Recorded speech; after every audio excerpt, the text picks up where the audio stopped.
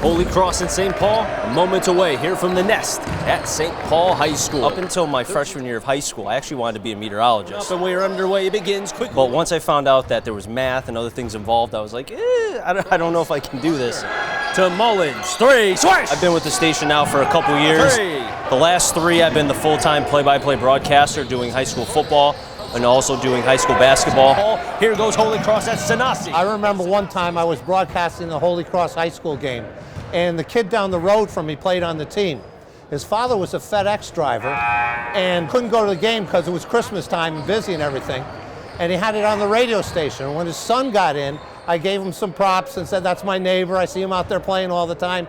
And he came up to me the very next day, drove up and said, oh, Dave, that was just so beautiful. Thank you so much for talking about my kid like that. Foul, he puts up, and it's good. I try to paint the picture for people because they can't be here. He just grabbed that ball, he twisted around. So we are their eyes. We were hoping to get a foul, but it went in also. How did that happen?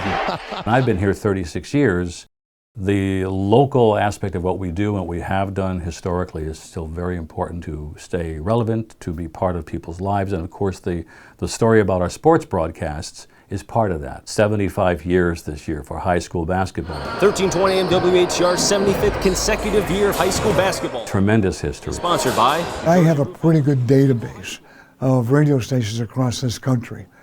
Nowhere can I find any radio station or television station that has for 75 consecutive years provided play-by-play of high school sports. That makes us a superlative. It makes us really special. 3 is a swish. The 3 is made by St. Paul. That is Matt. I remember from 2 years old sitting in front of the radio at my home and listening to my dad, broadcasting and talking to the radio, thinking I was talking to him. WATR and radio have been a part of my life ever since I can remember. Al and Allie Vestra. So much part of the fabric of WATR, the Waterbury Valley community, and our live broadcasts. Yeah, it's a very important name. It's very much a part of our history.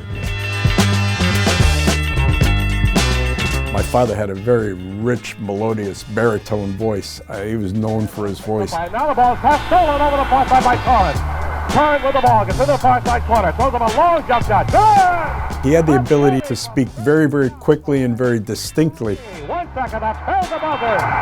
It's all over, and Litchfield wins the state Class C championship.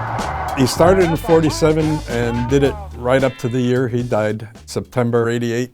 I picked it up after that. Doing it without him. I was doing it with him for several years before that. We just carried it on, and it continues to this day, which is really quite a tradition. In 1947, when Leavenworth High School went to the New England Championship in Boston, at that time, radio was king. They figured they'd follow Leavenworth up there. Leavenworth went on to win the New England Championship, and the interest in Waterbury was just extraordinary. We had a lot of people backing him and encouraging him to go do the game, and that just set the stage for everything else from there to come, and it just grew from there.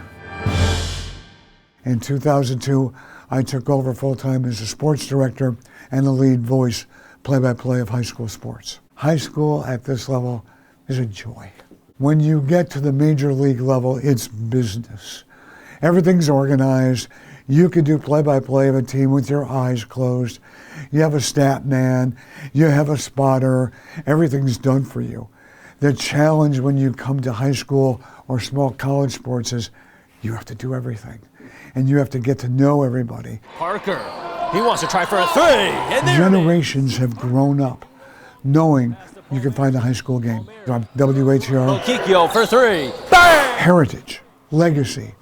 We're known for delivering local sports. Outside, 3. Plasky fell. Good! Oh my gosh! What a shot by Plasky. I started back in the 2004-2005 season.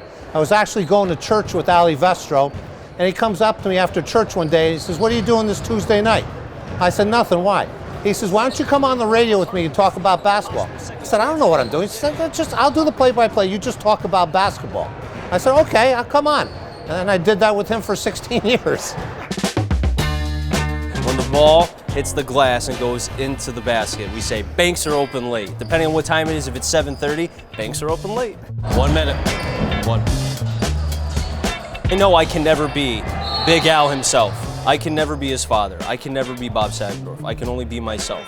I wouldn't be where I am today if it wasn't for Dave, my partner, for Bob, for Tom, for Allie. Other people paved the way for me to walk on. For three. Bang! The three! This is the way it is in Waterbury. 1 second, and St. Paul will not get a shot up before the end of the third. High school games are broadcast here. From the Nest at St. Paul High School. We'll see you on Friday. So long, everybody.